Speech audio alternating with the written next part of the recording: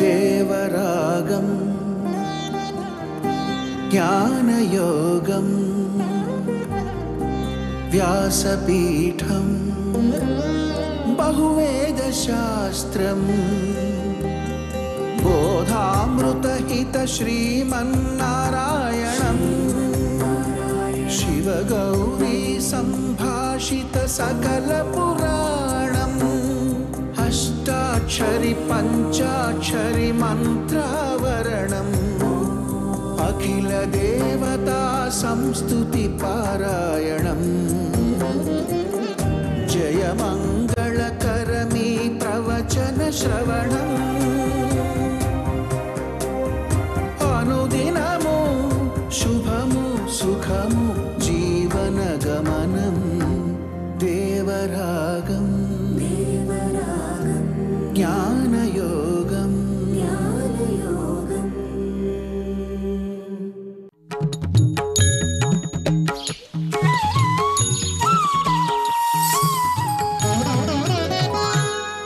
ఆపదామపహర్తారం దాతారం సర్వసంపదాం లోకాభిరామం శ్రీరామం భూయో భూయో నమామ్యహం.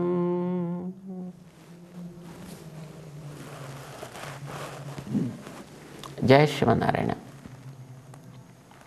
ప్రియ భగవద్బంధువులారా, భగవద్గీత అద్భుతమైనటువంటి ఉపనిషత్ సారమైన ఒక శాస్త్రం. వేదానికి శాస్త్రం అని పేరు. అంటే ఏది ఎలా ఉండాలి అనేదాన్ని శాసించేది కనుక శాస్త్రం అని. ఏది ఎలా ఉండాలి అంటే బయటి ప్రపంచంలో వాటిని శాసించడంతో పాటు మన లోపలి ప్రపంచాన్ని కూడా శాసించగలిగేటటువంటి విధానాన్ని వేదం మనకి అందించింది. లోపలి ప్రపంచాన్ని అనంటే శరీరాన్ని నడిపించే ఇంద్రియాలని, ఇంద్రియాలన్నిటినీ కూడా నియంత్రించగలిగినటువంటి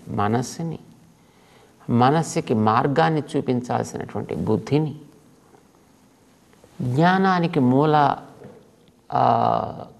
కారణమైనటువంటి ఆత్మ ఏ విధంగా ప్రవర్తించాలి అనేటువంటి విషయాన్ని, వీటన్నిటినీ కూడా మనకి ఇది ఇలా ఇదమిత్తంగా అంటుంటామే, అలాగే శాసించగలిగినటువంటిది శాస్త్రం, వేదం.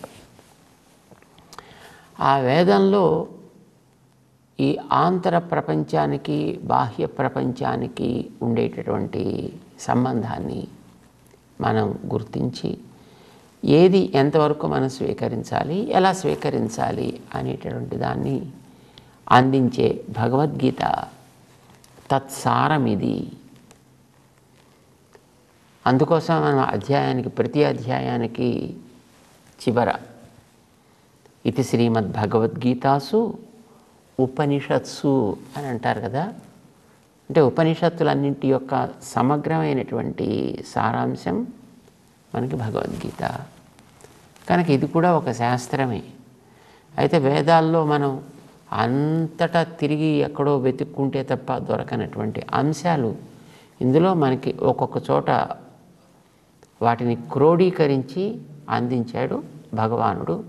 అర్జునుడిని ఒక వ్యాజంగా చేసుకొని జీవితాన్ని సంస్కరించుకోవడం కోరికగా కలిగిన వారి అందరి కోసం అని.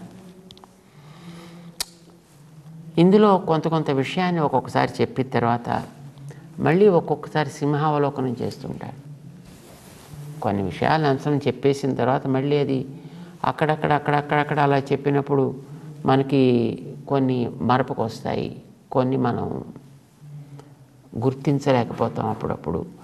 అలాగ గుర్తించకుండా లేక మర్చిపోయిన వాటిని మళ్ళీ పురస్చరణ చేసుకోవడం కోసమా అన్నట్టుగా వాటన్నిటిని తెచ్చి మళ్ళీ ఒక చోట క్రోడీకరించి ఇది ఇంతవరకు చెప్పిన అంశం. దాన్ని సింహావలోకనం అని అంటుంటారు కదా. 12 అధ్యాయాల్లో కొంత విషయాన్ని చెప్పాడు ఆయన. ఈ 12 అధ్యాయాలని విన్న తర్వాత అర్జునుడికి ఒక రకమైనటువంటి విశ్వాసం ఏర్పడింది. మొదటి నుంచి విన్నప్పుడు ఆయనకి మనసులోకి ఏమైనా ఎక్కిందో లేదో, ఎంత బాగా ఎక్కిందో లేదో అది అతనికి తెలియదు. 12 అధ్యాయాలు వినేటప్పటికీ కొంత విషయం మీద అవగాహన ఏర్పడింది. విషయాన్ని కొంచెం ఆలోచించగలిగేటువంటి స్థితి వచ్చింది కనుక ఇప్పుడు మళ్ళీ ఒకసారి గడిచిన దాన్ని సింహావలోకనం చేస్తాం అన్నట్టుగా చివరి షట్కాన్ని చెప్పాడు ఆయన. అందుకే దానికి పూర్వశేషము అని పేరు పెట్టారు. పూర్వశేషం అంటే గతంలో చెప్పిన దాంట్లో ఉండే అంశాలని మరొక రకంగా అర్థమయ్యేటట్టు చెప్పడం. అక్కడ చెప్పినప్పుడు ఇంకా ఏమైనా కొద్దిగా చిన్న చిన్న అంశాలు ఏవైనా ఒకవేళ అక్కడ చెప్పకుండా వదిలినవి ఏవైనా ఉన్నట్టయితే వాటిని మళ్ళీ తిరిగి అక్కడక్కడ చెబుతూ దానికి ఒక సమగ్రతని కలిగించడం అన్నమాట. 2వ అధ్యాయంలో శరీరం ఏమిటి, ఆత్మ ఏమిటి, దీని లక్షణాలు ఏమిటి, దాని లక్షణాలు ఏమిటి, ఇవన్నీ చెప్పాడు బాగానే. సుమారు 13 లక్షణాలు చెప్పాడు దానికి, వాటికి ఉండేటువంటి తేడాలని. అవన్నీ తర్వాత కర్మ, జ్ఞానము ఇలాంటివన్నీ కూడా ఉపదేశం చేసేటప్పటికీ పాపం అర్జునుడికి అంత కాస్త మర్చిపోయి ఉంటాడు. అందుకోసం 13వ అధ్యాయంలో క్షేత్రజ్ఞ విభాగము అని దానికి పేరు పెట్టి గతంలో చెప్పిన దాన్ని మరింతగా స్పష్టత ఏర్పడేటట్లుగా, గతంలో చెప్పినప్పుడు శరీరం ఏం చేస్తుందో చెప్పాడు, ఆత్మ ఏం చేస్తుందో చెప్పాడు ఆయన. కానీ ఆత్మకుండే వాటిని సవ్యంగా పండించుకోవడానికి వీలయ్యే క్షేత్రం ఈ శరీరం అనే విషయం అక్కడ చెప్పలా. దాన్ని 13వ అధ్యాయం దగ్గరికి వచ్చిన తర్వాత అక్కడ చేర్చి దాని విషయంలో ఒక సమగ్రత కలిగించాడనమాట. ఇది ఒక రకమైనటువంటి ఇది కూడా సింహావలోకనం అని అంటుంటాం అనమాట. మనం విషయాన్ని అంతటిని కూడా మళ్ళీ ఒకసారి రీక్యాప్ చేయడం అంటుంటాం కదా, అట్లా చేసి చెప్పాడు. 6వ అధ్యాయంలో మానసికమైనటువంటి ఒక క్రమశిక్షణని మనిషికి నేర్పడం కోసమని కూర్చోవడం దగ్గర నుంచి ప్రారంభించి ఆహారం తినడం, వ్యవహరించడం, వీటన్నిటి గురించి కూడా కొంత విషయాన్ని వివరించాడు. సుమారు 19వ శ్లోకం దాకా. దాంట్లో ఉండేటువంటి అంశాలని ఆయన కాస్త సమగ్రం చేస్తూ 20, 21, 22, 23 శ్లోకాలు కూడా చెప్పాడు ఆయన. దాంట్లో మనం చేయవలసింది ఏమిటి? ఆనందం పొందేది ఆత్మజ్ఞానం కలిగితే నువ్వే, అయినా అది నేను సంపాదించుకుంది అని అనుకోవడానికి వీల్లేదు. ఇక్కడ మత్సంస్థాం అధిగచ్చతి అని వెనకాతలు చెప్పి ఉన్నాడు ఆయన. అంటే వెనకాతలుండి దాన్ని అందించేవాడిని నేను అని చెప్పాడు ఆయన. అక్కడ తెలుసుకునేటటువంటి సాధకుల్లో ఒక రకమైనటువంటి అహంత, నేను ఆనందిస్తున్నాను అనేటువంటి ఒక అహంభావం ఏర్పడే అవకాశం ఉంది. దాని తర్వాత యం లబ్ధ్వా చ అపరం లాభం మన్యతే నాధికం తతః అనే శ్లోకం దగ్గరికి వచ్చేటప్పటికీ ఇది నాకు లభించేటటువంటి ఆనందం అని దాని మీద ఒక మమత ఏర్పడేటువంటి అవకాశం ఉంది.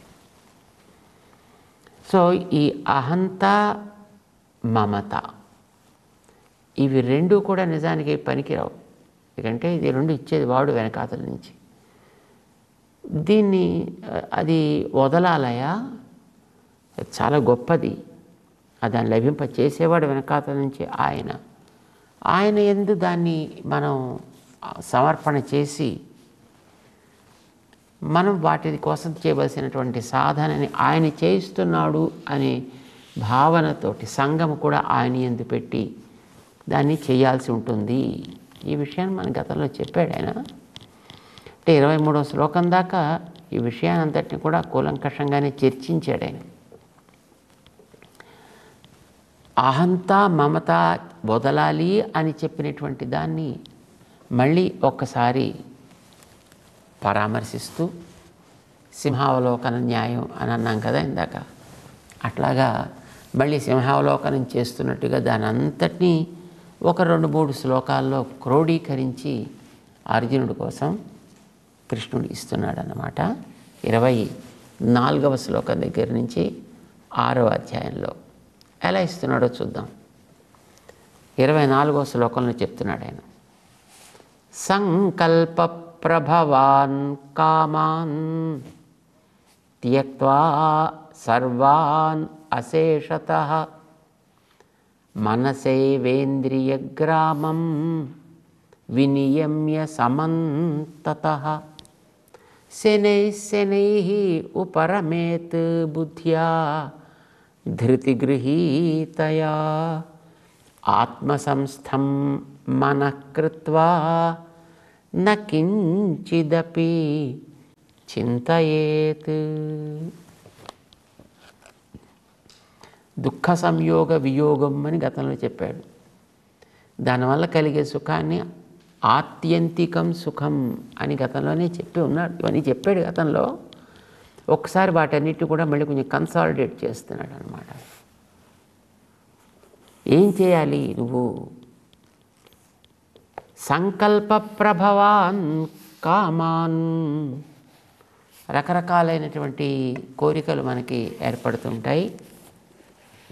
వాటన్నిటినీ కూడా సర్వాన్ అశేషతః త్యక్త్వా, అన్నింటినీ పూర్తిగా వదిలి, వేటిని? సంకల్ప ప్రభవాన్ కామాన్, కోరికలన్నింటినీ సవాసనగా వదిలి. వస్తువుల్ని వదిలేయచ్చు, కోరికల్ని వదలలేకపోవచ్చు. వస్తువు దూరంగా ఉంటుంది, కానీ మనస్సులో అది ఉంటుంది చూసారా, అది సంకల్పం అంటాం దాన్ని. అంటే మనకి అనుభవాలు 2 రకాలుగా ఉంటాయి. సంకల్పజములు, సాంస్పర్శికజములు. అంటే మనం సంకల్పిస్తే ఏర్పడేవి కొన్ని, మనకి ప్రకృతి బంధం వల్ల ఏర్పడేవి కొన్ని. ప్రకృతి బంధం వల్ల ఏర్పడేవన్నీ కూడా సంస్పర్శ వల్ల ఏర్పడేవి అని అంటాం. అంటే ఇప్పుడు తల్లి, తండ్రి, బంధువులు, ఇవన్నీ కూడా మనకి సంస్పర్శ వల్ల ఏర్పడేటటువంటి భావాలు, కోరికలు. సంకల్పజాలు మన లోపల ఊహించినవి. నేను ఇలా ఉండాలి, అలా ఉండాలి, ఇలా సంపాదించాలి, అలా కావాలి, ఇంత నేను అవ్వాలి, ఇవన్నీ సంకల్పజాలంటాం. అందులో కొన్ని అనుకూలాలు కావచ్చు, కొన్ని ప్రతికూలాలు కావచ్చు. సంస్పర్శజాలు పర్వాలేదు, కానీ సంకల్పజాలు కొంచెం ప్రమాదకరం. ఎందుకంటే అవి లోపల నుంచి వచ్చేవి. బయట వద్దంటే వదిలేస్తారు, కానీ లోపలవి అవి మనం వదిలినా, వస్తువును దూరంగా పెట్టినా అది మనసులోకి వచ్చి కూర్చుంటుంది. అది సో అక్కడ పనిచేయడం ప్రారంభిస్తుంది. గోదాదేవి తిరుప్పావైలో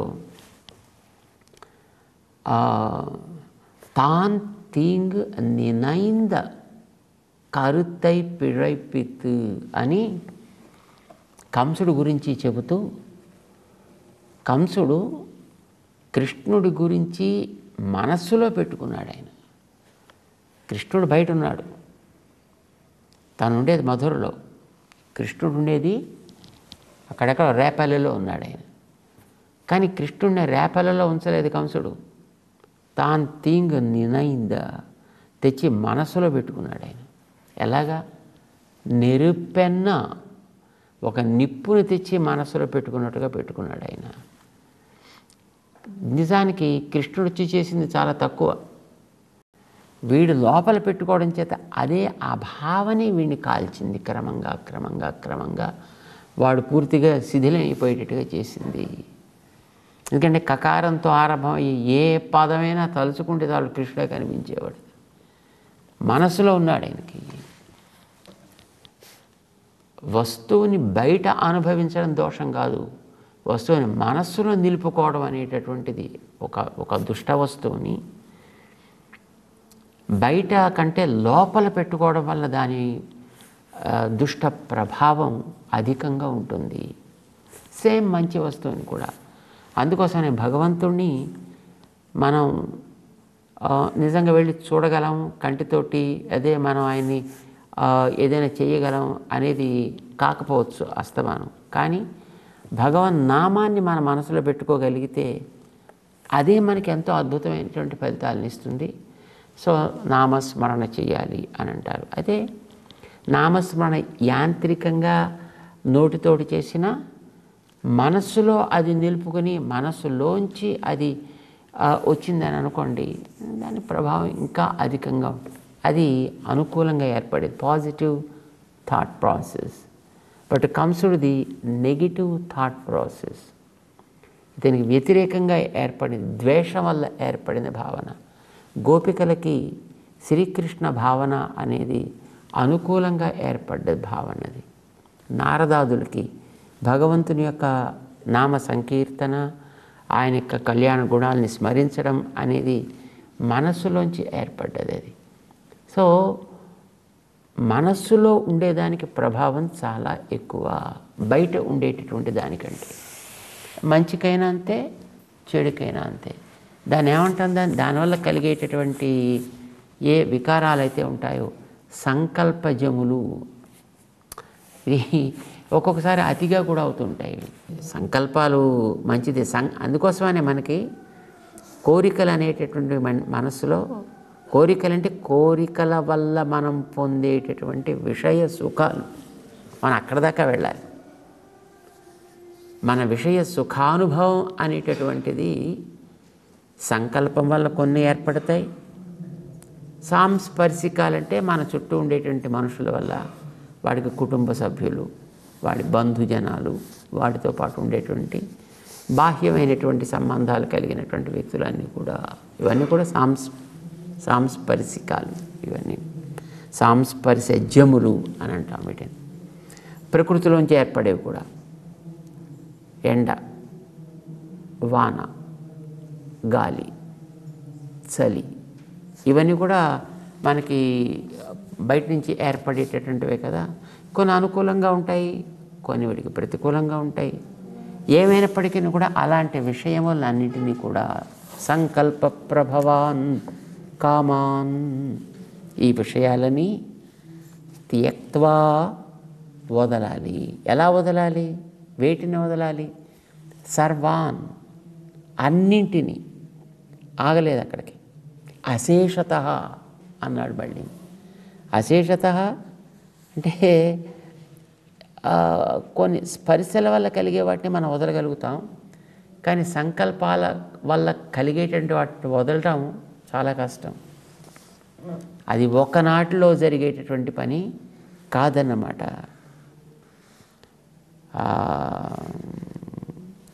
బంధువులు లాంటి వాళ్ళని మనం కావాలంటే కొంచెం దూరంగా పెట్టుకోవచ్చును, కానీ ప్రకృతిలోంచి కొంత శ్రమ పడితే వాటిని కూడా కంట్రోల్ చేసుకోవచ్చు. బట్ లోపల వాటిని ఎట్లా కంట్రోల్ చేస్తాం? అన్నిటినీ వాటిని దూరంగా ఎట్లా ఉంచగలుగుతాం? అయితే నిజానికి ఏహి సంస్పర్శజా భోగా దుఃఖయోనయ ఏవతే ఆద్యంతవంతః కౌంతేయ నతేషు రమతే బుధః అని గతంలో ఒకసారి చెప్పడం జరిగింది. బయట ఉండేవన్నీ కూడా వీడికి ఎప్పుడు పర్మనెంట్గా ఉండేవి కానీ వస్తూ ఉంటాయి, పోతూ ఉంటాయి, మారుతూ ఉంటాయి. ఒకనాడు చక్కగా వెచ్చగా ఉండేటువంటి వాతావరణం ఎప్పుడు వెచ్చగా ఉండదు, తర్వాత చల్లగా మారుతుంది. ఒకనాడు చల్లగా ఉండే వాతావరణం ఎప్పుడు మళ్ళీ చల్లగానే ఉండదు, మళ్ళీ ఇది వేడిగా మారుతుంది. ఒకనాడు పొడిగా ఉండేటువంటిది ఎప్పుడు పొడిగా ఉండదు, తర్వాత మళ్ళీ వానలు వస్తాయి. వానలు వస్తున్నాయని ఎప్పుడు అది కూడా పర్మనెంట్గా ఉండదు, అది కూడా మారుతూ ఉంటుంది. కనుక బయటవన్నీ ఎప్పుడు మారుతూ ఉంటాయి. అలాంటి వాటిని మనం తాన్ తితిక్షస్వ భారత అని 2వ అధ్యాయంలోనే అలా బయట నుంచి వచ్చిపోయేటటువంటి వాటిని నువ్వు సహించాలి. వాటి యందు ఓరిమి కలిగి ఉండాలి. పనికిరానివైతే వాటిని వదలడం అనేటటువంటిది తప్పదు. అది ఎలాగో మనకి చెప్పాడు. కానీ సంకల్పాల్లో వచ్చేది ఇప్పుడు మనం సౌభరి అని మనకి భాగవతం ఓ మహానుభావుడు కథ చెప్తుంది. ఆయన బయట వాటి అన్నింటినీ వదిలిపెట్టేసేయండి. వదిలిపెట్టేసి శుభ్రంగా వనానికి వెళ్ళిపోయాడు. అక్కడ కూర్చుని ఒంటరిగా తపస్సు చేసుకుందామని అనుకున్నాడు. తపస్సు చేసుకుంటూ స్నానానికి వెళ్ళాడు. నదిలో దిగాడు. నదిలో మునిగి స్నానం చేస్తున్నాడు. చేపల కుటుంబాన్ని చూశాడు. చాలా బాగుందని అనిపించింది. ఏమిటి ఆలోచిస్తే తన లోపల ఉండేటటువంటి పుణ్యం ఇంకా 50 జన్మలకి సరిపోయేంతుంది. ఇది లోపల ఏర్పడ్డది. ఇది సంకల్పజమైనటువంటి ఒక కామ విశేషం. ఇది కోరిక. అంటే దానివల్ల మళ్ళీ అతను యోగి మహానుభావుడు కనుక 50 దేహాలు ధరించి 50 రకాలుగా తన జీవితాన్ని గడిపి అదంతటిని కూడా మొత్తం తొలగించుకోగలిగాడు. మహానుభావుడు కనుక అతను ఆ పని చేయగలిగాడు. సో మనం చేయవలసింది ఏమిటి? పుట్టుకతో వచ్చినటువంటి వాటిని కొన్నిటిని మనం ఎట్లాగో అనుభవించక తప్పదు. వాటిని కూడా క్రమంగా వదలడానికి కొంత ప్రయత్నం చేయొచ్చు. ఆస్తులు పాస్తులు లాంటి వాటిని వద్దనుకుంటే పోతాయి, కావాలనుకుంటే అవి ఉంటాయి. కానీ మనస్సులో కలిపేటువంటి సంకల్పాలని వీటిని కంట్రోల్ చేయడం అనేటటువంటిదే చాలా ప్రధానమైనటువంటిది. వాటిని వదలడానికి వీడు చేయవలసినటువంటి సాధన. ఇది వీడు ఆరంభం చేయవలసింది. అంటే విషయాల నుంచి దూరంగా ఉంచడానికి బాహ్యమైన వాటిని కొంతవరకు కంట్రోల్ చేసుకోవాలి. ఇది కొంత కంట్రోల్ చేసిన తర్వాత అప్పుడు లోపల క్రమంగా వాటి ప్రభావాన్ని చూపించడం ప్రారంభిస్తాయి. వాటిని కూడా త్యక్త్వా సర్వాన్ అశేషతః, ఆ విషయాలను కూడా మనసులో ఇప్పుడు ఒక్కొక్కసారి మనకి పడుకున్న తర్వాత కొన్ని జ్ఞాపకం వస్తాయి చూడండి. ఎక్కడో ఏదో ఒక వస్తువుని తను తింటున్నట్టు, తను చూస్తున్నట్టు తనకి అనిపిస్తాయి. ఇది లోపల ఏర్పడ్డటువంటి వాడిలో వాసనలు. వీటిని కూడా తను క్రమంగా వదలడానికి చేయవలసినటువంటి సాధనని మనకి గతంలో ఆయన చెప్పి ఉన్నాడు. సో దాన్ని ఒక్కసారి చెప్తున్నాడు. సర్వాన్ అశేషతః త్యక్త్వా మనసైవ ఇంద్రియగ్రామం వినియమ్య సమంతతః, తన యొక్క ఇంద్రియములను మనసా నిగ్రహించడం ప్రారంభం చేయాలి. మనసా నియమించడం ప్రారంభించాలి. ఇది ఎలా ఒక్కనాడు జరిగేది కాదు కనుక అది శనైః ఉపరమేత్ బుద్ధ్యా, లక్ష్యాన్ని స్థిరంగా పెట్టుకోగలిగితే, ఆ లక్ష్యం వైపు వీడికి ఉండేటువంటి బుద్ధి కనుక అధ్యవసాయ బుద్ధి అయితే, నిశ్చయం కలిగినది అయినట్లయితే, దాని యందు ఉండేటటువంటి పట్టు ప్రభావం చేత వీటిని క్రమంగా ఉపరమేత్, వాటి నుంచి వెనుతిరగడం అవుతుంది. దానికి ఆత్మసంస్థం మనకృత్వ, పొందాల్సింది ఆత్మ, అది వీటన్నిటికంటే గొప్పది అనే విషయం వీడికి తెలియాలి. దాని యందు వీడు మనస్సుని పెట్టగలగాలి. మధ్యలో మిగతావి కూడా అప్పుడప్పుడు వస్తుంటాయి. వాటిని జాగ్రత్తగా పక్కకి జరపడానికి ప్రయత్నించాలి. నకించిదపి చింతయేత్ అంటూ గతంలో ఒకసారి చెప్పిందే మళ్ళీ ఒకసారి ఒక్కచోటకి తీసుకొచ్చి దాన్ని సమగ్రంగా ఇది మనం చేయవలసిందయ్యా. ఇతర విషయాన్ని స్మరించడం తగ్గించాలి. బాహ్యంగా ఉండేవాటిని కొంత దూరంగా పెట్టుకోవాలి. లోపల నీ లక్ష్యాన్ని స్థిరపరచుకోవాలి. దానివైపు నీ మనసును నడిపించడం ప్రారంభం చేయాలి. మధ్యలో ఏమైనా ఇవేవి వస్తుంటే వాటి నుంచి కొంచెం జాగ్రత్తగా మెల్లమెల్లగా వెనక్కి రావడానికి ప్రయత్నం చేయాలి సుమా అంటూ 24, 25 శ్లోకాల్లో ఉపదేశం చేస్తూ ముందు తీసుకెడుతున్నాడు. అర్జునుని ఆత్మదర్శన సాధన దిశలో తెలుసుకునే ప్రయత్నం చేద్దాం. జై శ్రీమన్నారాయణ.